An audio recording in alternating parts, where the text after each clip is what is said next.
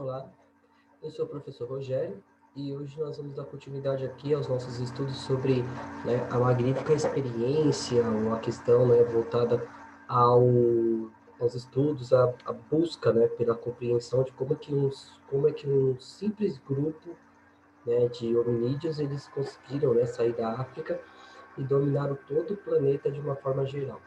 Bem, então, na última aula nós falamos ali na construção, de uma visão mais próxima ali no final, do Paleolítico, quando o ser humano, ele começa a se migrar, para fora do continente, então, no caso, os Homos, então, o Homo erectus, o Homo habilis, o Homo de Neandertal, eles têm, o seu período de glória, quando eles dominam grande parte, do norte da África e também da Europa.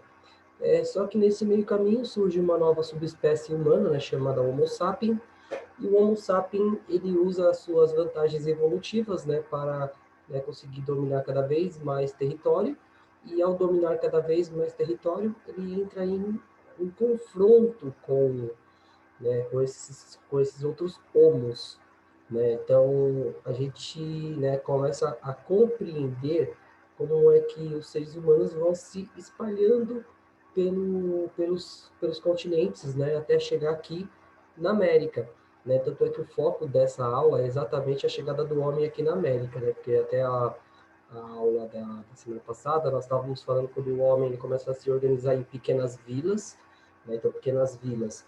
Dentro dessas pequenas vilas, o sistema, hierárquico comunitário. Então, cada vez mais eles vão crescendo e isso vai surgindo a necessidade de sistemas de governo cada vez mais elaborados. Mas, em um determinado momento, o ser humano ele sai, né, ali daquela região do Oriente Próximo, então ali da região entre Ásia, Europa e África, e ele vai para cada vez mais para o Oriente. E, em um determinado momento, ele se vê numa grande encruzilhada, que é a questão ali, no final da era glacial, que nós vamos, falar sobre isso nessa aula aqui que nós vamos fazer hoje.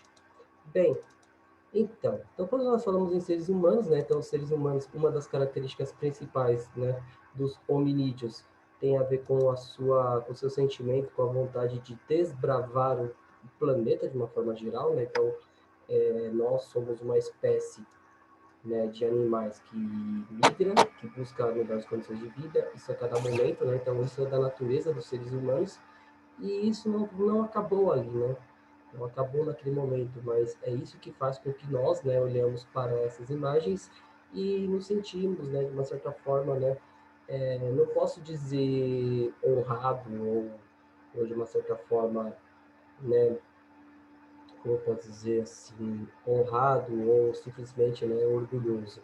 Mas vamos pensar o seguinte, esses seres humanos, esses hominídeos, é que dentro da sua capacidade limitada, mas da sua capacidade de viver em grupo, de modificar a natureza, de dominar o fogo, o ser humano ele vai dominando cada vez mais regiões e ao dominar cada vez mais regiões, ele vai chegar ao patamar que nós estamos vivendo hoje. Tudo bem? Então aqui, fica bem claro, essa questão aqui, teoricamente essa imagem, ela representa os primeiros grupos que conseguiram ultrapassar as barreiras, que separavam a Ásia da Europa, ou a Ásia da América. E nós vamos falar um pouquinho aqui, desse povoamento da América naquele momento tão crucial na história geológica do planeta. Bem, então para a gente entender aqui. Então, o povoamento da América é uma questão discutida arduamente pelos cientistas modernos. Então, esses cientistas não têm dúvida de que o ser humano não teve origem, não se originalizou na América e que o continente foi povoado por homens provenientes de outras partes do planeta, o holoctonismo.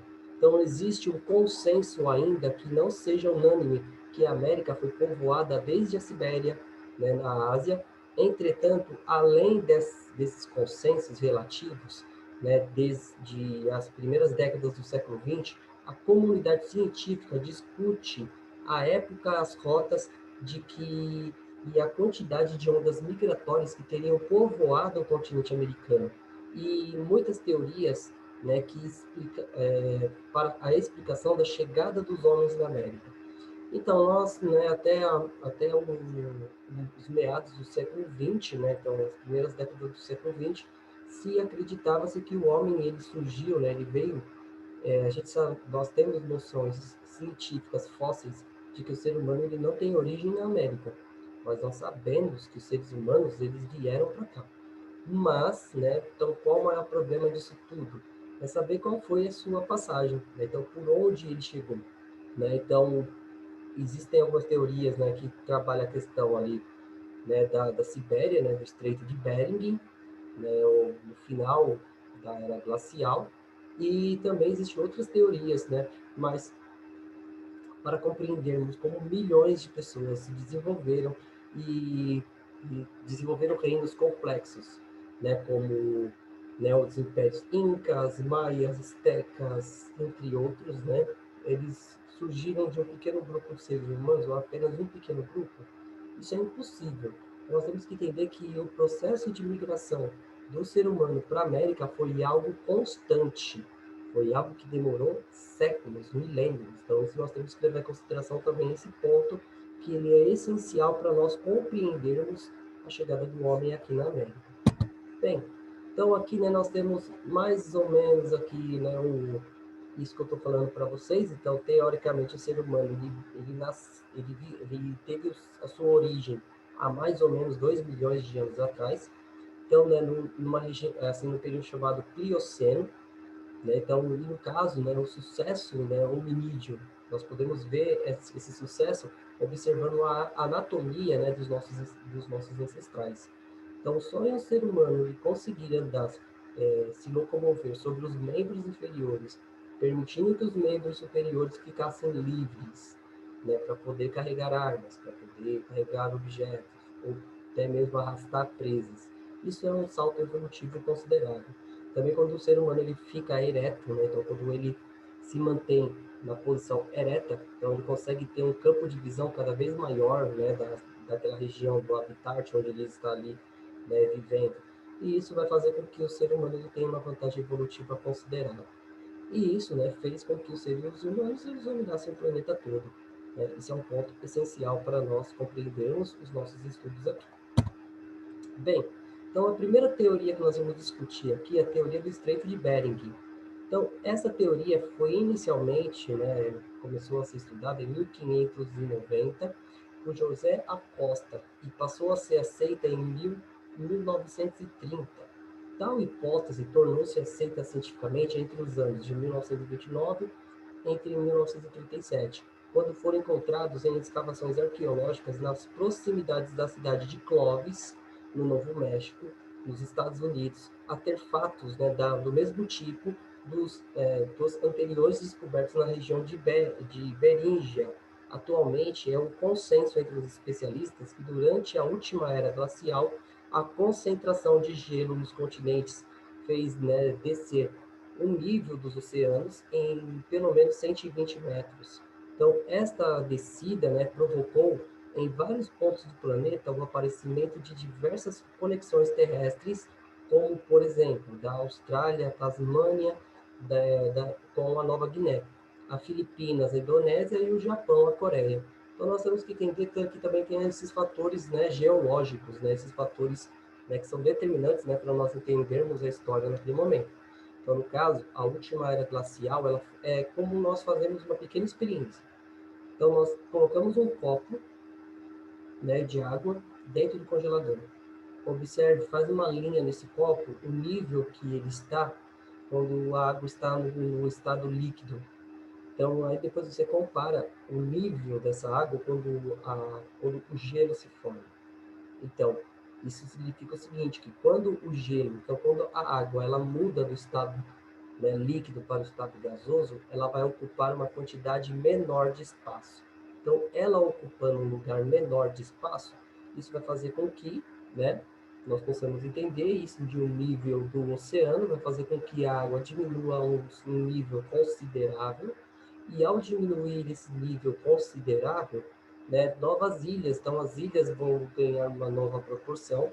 No caso, nós também temos, né, a ligação terrestre entre ilhas próximas, e até, né, ilhas grandes, né, como foi colocado aí, a questão da Austrália com a Tasmânia, a Nova Guiné, a Filipinas, a Indonésia, o Japão e as Coreias. Então existiam pontes, né? E mesmo onde não existiam pontes, o nível do mar ele estava numa situação assim muito baixa, os oceanos estavam baixos, então isso possibilitava e facilitava as navegações.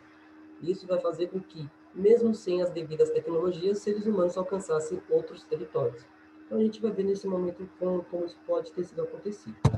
Bem, então um desses lugares foi a Beríngia, né, nome que recebeu a região que divide a Ásia da América, e nesta área, com ambos os continentes entraram em contato, né, então, devido às suas baixas profundidades, entre 30 e 50 metros, e a descida do nível do mar colocou, né, a descoberto, né, então, descoberto um amplo território que alcançou entre 1.500 quilômetros, né, unindo a terra da Sibéria e o Alasca, aproximadamente há 40 mil anos atrás. Então, em sentido diversos, a teoria de Clovis, que afirma que os seres humanos chegaram ao continente americano há mais ou menos 11.500 anos. Os arqueólogos descobriram em uma escavação, né, em Monte Verde, no Chile, ossos que demonstram, né, que os seres humanos ocuparam a América do Sul, entre 14.500 a 18.500 anos atrás. Então, nós temos essas divergências aí dentro dessa realidade. Então, existem agrupamentos humanos no sul, né, no caso ali no Chile, que nós vamos discutir esse sítio, né, arqueológico do Monte Verde um pouquinho mais para frente, mas nós vamos falar um pouquinho sobre ele. Então, existem essas divergências de datas.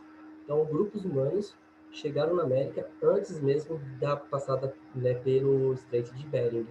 Mas como é que nós trabalhamos essa questão do Estreito de Bering?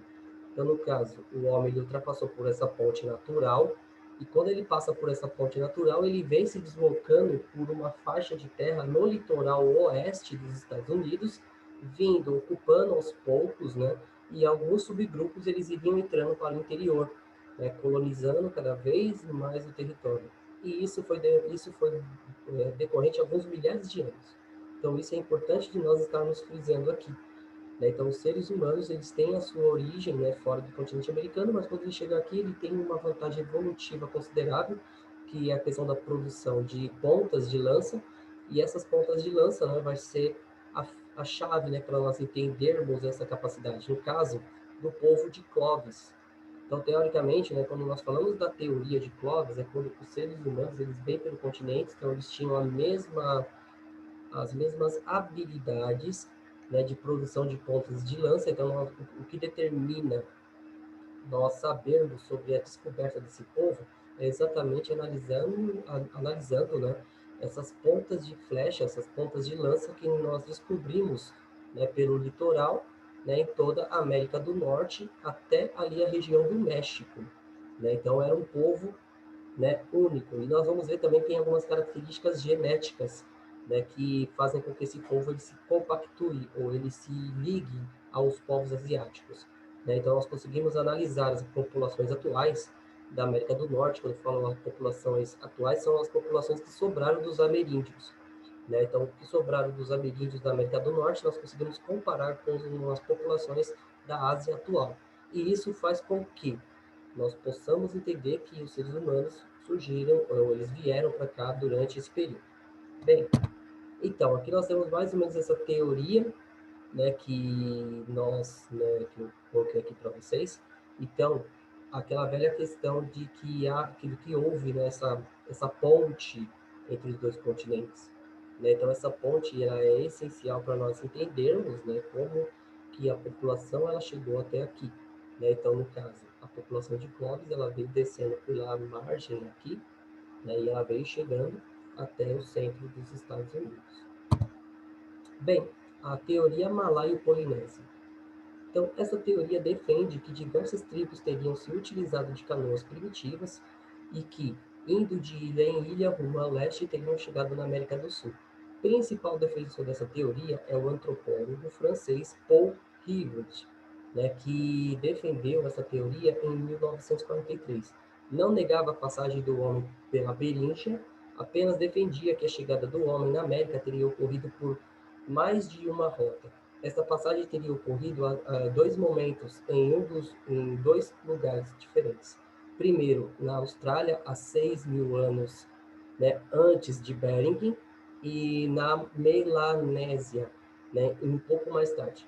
Então, no caso, nós temos que pensar que nessa teoria, né, do Paul Hibbert, né, ele acredita que a chegada dos seres humanos ela ocorreram antes mesmo da passagem pelo Estreito de Bering, e essa passagem ela aconteceu, né, por conta dessa baixa dos níveis dos oceanos. Então, no caso, a baixa dos níveis dos oceanos vai fazer com que os seres humanos eles tenham a capacidade de chegar aqui na América, na costa do Chile.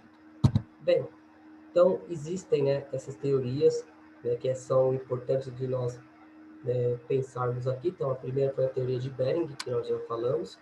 Então, a teoria, no caso né, da Malaio-Polinésia, que é essa corrente aqui em verde. Então, aqui onde hoje nós temos, né, a Polinésia, a Malásia, entre outras, eles têm essa, né, essa configuração aqui, né, das ilhas, dos arquipélagos. Então, no caso, eles, como eu já falei para vocês, como nós já estudamos isso, então, teoricamente, o nível dos mares, dos oceanos estavam muito baixos do que nós temos hoje. Então, e isso facilitou com que os homens ocupassem todas essas ilhas, né, e também as navegações até a América. Só que o ser humano ali ele se dividiu em dois grupos, entre um grupo que veio, né, cada vez mais para o leste, e outros povos que vieram um pouquinho aqui para o sul. Então, vindo aqui para o sul, eles vão dominar a Austrália, e depois eles vão, né, chegando nas outras ilhas, até chegar aqui na costa do Chile também. Né? Sempre bom, sempre citando essas questões aí, muito relevantes para a migração humana. Então, vamos dar continuidade aqui. Bem, então, a teoria do povoamento do Oceano Pacífico.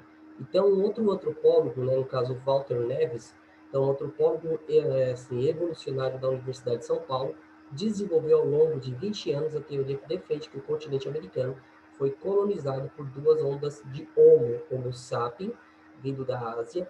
Então, a primeira, né, onde a migração se acredita ter chegado há cerca de 14.000 anos, né, e tinha sido composta por indivíduos, né, no caso, com morfologia não mongoloide, semelhante aos aborígenes e aos africanos, e a morfologia negroide.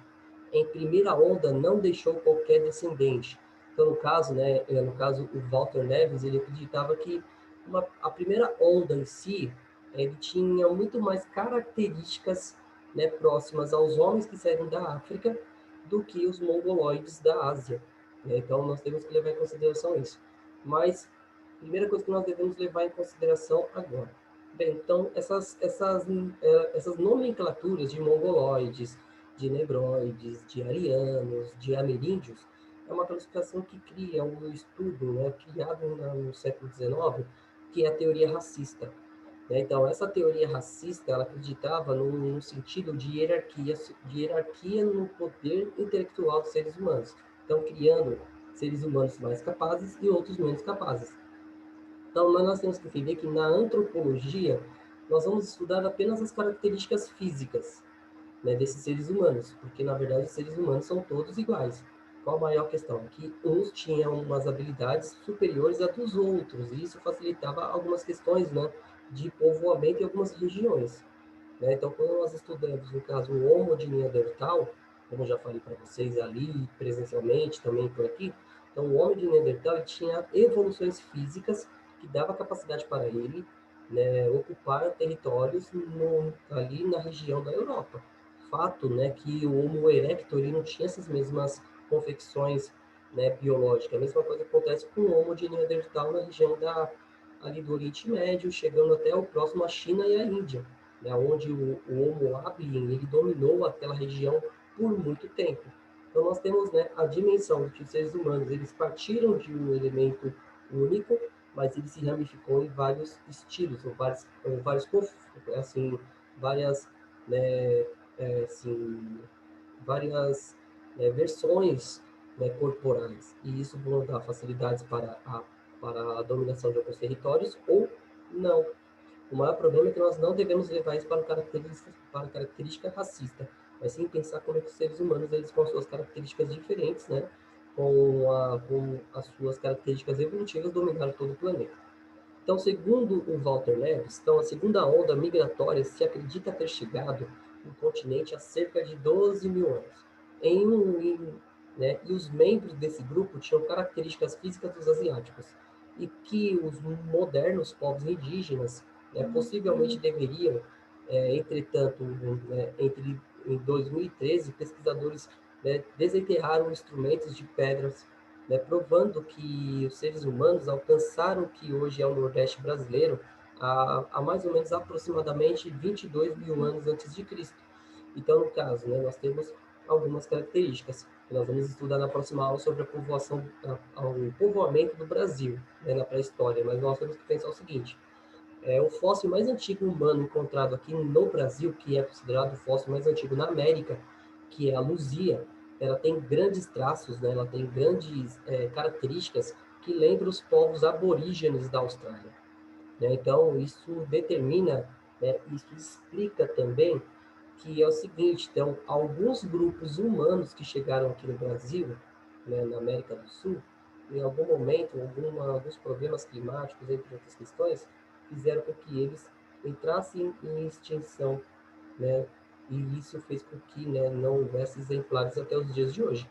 Mas os índios brasileiros, eles carregam dentro de si, né, cargas genéticas, como eu expliquei a questão dos ameríndios da América do Norte. Os ameríndios aqui da América do Sul, no caso os brasileiros, eles carregam dentro do seu DNA uma grande carga genética dos povos ali da Indonésia, né? Então, nós temos que ver que isso existe hoje, né, áreas da pesquisa da genética que possibilitam esses estudos para compreender essas relações.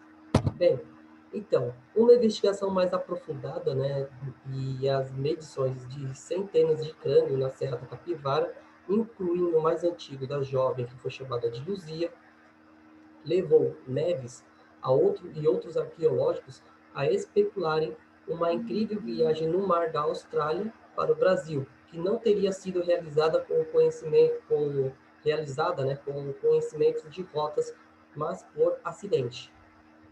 Então, na questão, né, de que os seres humanos eles foram ocupando o Oceano Pacífico de ilha em ilha, né, no caso, dominando os territórios, dominando as riquezas, né, aquilo que eles precisavam para sobreviver, e ela indo de ilha em ilha até esgotar todo, né, as possibilidades. Então, no caso, o Nied Guidon, né, então, o arqueólogo brasileiro, pioneiro na escavação, afirmou que há mais de 2 décadas que a sua equipe tinha encontrado evidências de forma de carvão vegetal a partir dos restos de fogueira, de que os seres humanos tinham vivido na Serra da Capivara há cerca de 48 mil anos atrás. Então, Neves, no entanto, em entrevista a Le Monde, né, Diplomatique, né, então explica que não imaginou uma viagem direta, mas as migrações, inclusive, né, pelo Alasca. Então nós temos que entender que esses dois pensadores eles vão colocar a migração humana aqui para a América de duas formas, que houve migrações diversas ao mesmo momento, espontaneamente, em vários outros momentos né, da pré-história. Só que o final da era glacial acabou com essa ponte, né, então selando essa possibilidade de seres humanos alcançar aqui na América de uma forma tão simples. Bem, então, né, voltando a esse mapa aqui, que ele é bem explícito, né, sobre a questão de que, como seres humanos, né, eles se espalharam pelo planeta. Né? Então, isso, né, garante que os seres humanos, eles conseguiram esse salto evolutivo, né, então, a tática de domínio de ferramentas, entre outras coisas, e tudo isso fez com que eles se espalhassem por todo o planeta. Então, mostrando o nosso sucesso evolutivo. Vai parar aí? Não sei. Então, a gente tem que pensar, né, e relatar esses elementos. Bem, então nós vamos falar um pouquinho aqui sobre os estudos arqueólogos. Então, o que é estudo arqueólogo? Então, a arqueologia é a ciência que estuda as culturas e os modos de vida de diferentes sociedades humanas, tanto que passado, né, como do presente. Então, a partir da análise de objetos materiais, é uma ciência social que estuda a sociedade através das materialidades produzidas pelos seres humanos sem limite de caráter cronológico. Então, sejam esses móveis né, como, por exemplo, um objeto de arte ou um objeto imóvel, né, então, como o caso das estruturas arquitetônicas. Então, inclui-se também no seu campo de estudo as intervenções feitas pelos seres humanos no meio ambiente. Então, no caso, as questões, né, dos estudos arqueológicos têm muito a ver com o que o homem deixa de legado no planeta. Então, as ferramentas, as obras arquitetônicas, as obras de arte, a língua, então a parte material e imaterial. Bem, então a maioria dos primeiros arqueólogos, né, que aplicaram sua disciplina aos estudos da antiguidade, definiram que a arqueologia como o estudo sistemático dos restos materiais da vida humana já desaparecida. Então, outros arqueólogos enfatizaram o aspecto psicológico comportamentais e definiram a arqueologia como uma reconstrução da vida dos povos antigos. Então, no caso, quais são as heranças que os povos antigos deixaram nos povos modernos? Então, existem essas características, né, que os arqueólogos, né, vão estudar para transformar a nossa visão dos povos antigos, que eles não eram primitivos, eles só eram diferentes da gente. Então, a ciência arqueológica pode envolver trabalhos de proporções, né, e escavações. Então, ou somente, né, prospecções. Então, em ambos os casos, né, são realizadas análises da materialidades encontradas para assim traçar o comportamento da sociedade que a produziu. Em muitos casos, a arqueologia se utiliza de investigações de outras áreas da ciência, como a antropologia, a história da arte, a geografia, a geologia, a linguística, a física, as ciências da informação, química, estatística, paleontologia, né, o paleozoologia, o paleobotânica, a paleoecologia, e a medicina e a literatura. Então, no caso, né, como todas as áreas humanas. Então, as áreas humanas elas não vivem isoladas. Então, elas dependem muito das características dos estudos, né, da contribuição dessas outras ciências para chegar a um estudo cada vez mais complexo e mais dinâmico dentro dessa realização. Então, não há ciências humanas isoladas, né? Sempre bom levar em consideração tudo isso. Então, as ciências humanas, elas dependem uma das outras para se manterem vivas. É sempre bom e importante ressaltar essas questões. Bem, então, em alguns países, a arqueologia é considerada como uma disciplina pertencente à antropologia, enquanto em outros países, como Portugal, esta foi considerada uma disciplina pertencente ao ramo científico da história, e que depende desses. Então, cada país, cada escola científica, ela tem, né, no caso, uma atribuição, no caso, à arqueologia. Então, no Brasil, a arqueologia é tida como uma ciência autônoma, com curso de graduação espalhados por todo o planeta, ou por todo o país. Então, a arqueologia dedica-se aos estudos das manifestações culturais e materiais desde o surgimento dos seres humanos, então a transição do Australopithecus para o Homo habilis, até o presente. Então, deste modo, enquanto as antigas gerações de arqueólogos estudavam um antigo instrumento de cerâmica como um elemento cronológico, que ajudaria a pôr uma data à cultura que era o objeto estudado, ou simplesmente como um objeto como um verdadeiro valor estético. E os arqueólogos dos dias de hoje, né, viriam, o mesmo objeto como um instrumento que lhe serve para compreender o pensamento, os valores e a própria sociedade que os pertenceram. Então, o mesmo que se aplica à materialidade contemporânea. Então, no caso, a arqueologia, ela busca, né, de uma certa forma, compreender o passado, né, trazer a materialidade, o que foi produzido pelos seres humanos, né, para nós compreendermos quais são essas heranças que chegam até os dias de hoje. Bem, então aqui, né, nós temos, né, uma representação de um sítio arqueológico, né, então ele não estuda apenas, né, as partes físicas, né, então o corpo humano, de uma certa forma geral, os restos humanos, mas também tudo aquilo que o ser humano ele é capaz de transformar na natureza. Então, desde um pequeno vaso, né, uma pequena pedra, o seu dente, então isso faz com que a arqueologia seja um ramo muito legal de ser estudado, né, para compreendermos a nossa, a nossa realidade, a nossa cultura. Bem, antes mesmo de eu me tornar professor de história, né, eu era louco, né, por conta da arqueologia. principalmente porque nos anos 80 existiam alguns filmes, né, que trabalhavam muito isso, né, como Indiana Jones, entre outros filmes. E isso me deixava muito curioso e muito interessado sobre essa área. Mas é sempre bom a gente ressaltar isso. Então, não há ciências humanas isoladas. Então, mesmo sendo professor de história, né, mesmo sendo um historiador, né, isso faz com que eu possa usar essas tecnologias, né, para que eu possa compreender mais a sociedade humana de uma forma geral. Lógico, cada um nas suas especialidades, mas não há especialidades separadas. Então, não adianta saber, não adianta encontrar um vaso sem ter uma análise histórica para entender para que servia aquele vaso, como esse vaso vai modificar a história da humanidade. Então, vamos dar continuidade aqui. Nós vamos estudar alguns sítios arqueológicos.